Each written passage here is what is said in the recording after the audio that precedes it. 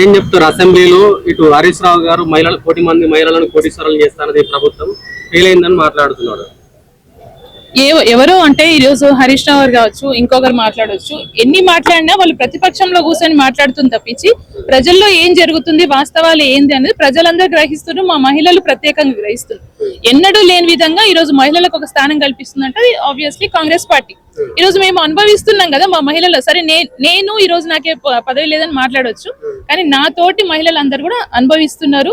వాళ్ళందరూ అంటే కాంగ్రెస్ పార్టీ నుంచి వచ్చిన వాళ్ళకి అవకాశాలన్నీ కూడా ఆస్వాదిస్తున్నారు. సో డెఫినెట్ గా ప్రజల తీర్పే మాకు అంతిమం. సరే ఎవరో ఏదో మాట్లాడిందండి వాళ్ళ మీద మేము ఉద్రేకపడి ఇంకోటి మాట్లాడాల్సిన అవసరం లేదు. వాస్తవాలు ఏదందో మేము అందరూ గ్రహిస్తున్నాం. కాంగ్రెస్ పార్టీ అధికారంలోకి వచ్చి 2.5 ఏళ్లు పూర్తయింది. ఇప్పటి వరకు కూడా మహిళలకు తులం బంగారం ఇవ్వలేదు, 2,500 ఇవ్వలేదు అని ఆరోపణ. సరే అంటే జరగని విషయాల గురించి మాట్లాడుతున్నారు. ప్రతిపక్షం అంటే ఆబ్వియస్లీ ఏం చేయాలో అంటే ఏం జరగదు అదే మాట్లాడతారు. కానీ జరిగిన విషయాలు ఇక్కడ అంటే తెలంగాణ రాష్ట్రంలో వచ్చిన అభివృద్ధి కార్యక్రమాలు వాటి గురించి మాట్లాడతారు.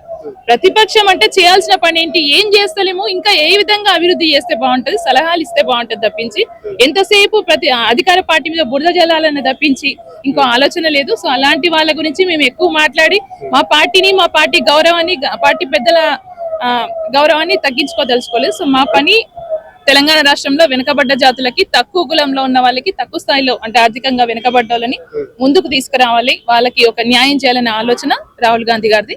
ఆయన నాయకత్వంలో మా ముఖ్యమంత్రి రేవంత్ రెడ్డి గారు వెళ్తున్నారు. సో డెఫినెట్ గా రాబోయే కాలంలో కాంగ్రెస్ పార్టీ మీద నమ్మకం బలపడుతుంది. అంటే టీఆర్ఎస్ పార్టీకి అంటే రాను ఎక్కడ ప్రజలు మర్చిపోతారేమో ఆలోచనతో వాళ్ళు రోజు వాయిస్ రేజ్ చేస్తున్నారు. కానీ ప్రజలందరూ గమనిస్తున్నారు. మళ్ళీ కాంగ్రెస్ ప్రభుత్వం వస్తుంది, అదే తీర్పు అవుతుంది. బడ్జెట్ విషయంలో బీసీలను కాంగ్రెస్ పార్టీ మోసం చేసిందని కొంతవరకు బీసీ సంఘాలు ఆరోపిస్తున్నాయి. ఒక బీసీగా మీరేం చెప్తారు?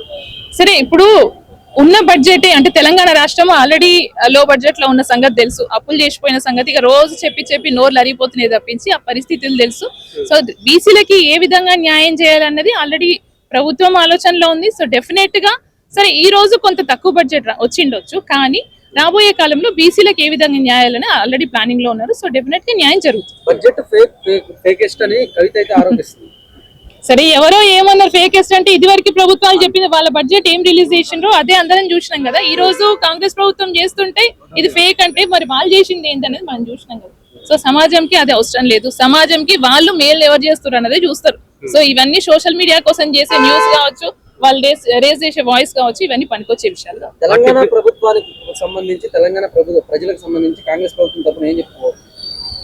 కాంగ్రెస్ ప్రభుత్వం తరఫున ఎందుకంటే ఏ ప్రభుత్వం అంటే ఇటు బీజేపీ కావచ్చు, ఏ పార్టీ కావచ్చు, టీఆర్ఎస్ బీఆర్ఎస్ కావచ్చు, ఏ పార్టీ కూడా పేద ప్రజల గురించి ఆలోచన చేయలేదు. వాస్తవానికి ఈ రోజు కాంగ్రెస్ ప్రభుత్వం చేస్తుంది అట్టడుగు వర్గాలలో అణిచివేయబడ్డ వాళ్ళకి న్యాయం చేయాలనే ఆలోచనతో ముందుకెళ్తుంది. కాబట్టి ఏదో అంటే స్థిరపడ్డోళ్ళు మంచిగా ఆస్తులు సంపాదించుకుని ఉన్నోళ్ళు మాట్లాడుతారు, కానీ పేద ప్రజలు ప్రత్యక్షంగా వాళ్ళు తెలంగాణ అంటే కాంగ్రెస్ ప్రభుత్వం నుంచి వచ్చే సంక్షేమ పథకాలన్నీ కూడా అనుభవిస్తున్నారు. వాళ్ళు అంటున్నారు ఈరోజు కాంగ్రెస్ ప్రభుత్వం రావడం వల్ల మాకు మళ్ళీ ఒకసారి ఇందిరమ్మ రాజ్యం వచ్చినట్టుంది, ఇందిరమ్మ ఇండ్లు వస్తున్నాయి, ఇవన్నీ జరుగుతున్నాయి కాబట్టి వాళ్ళు సంతోషంగా ఉండరు.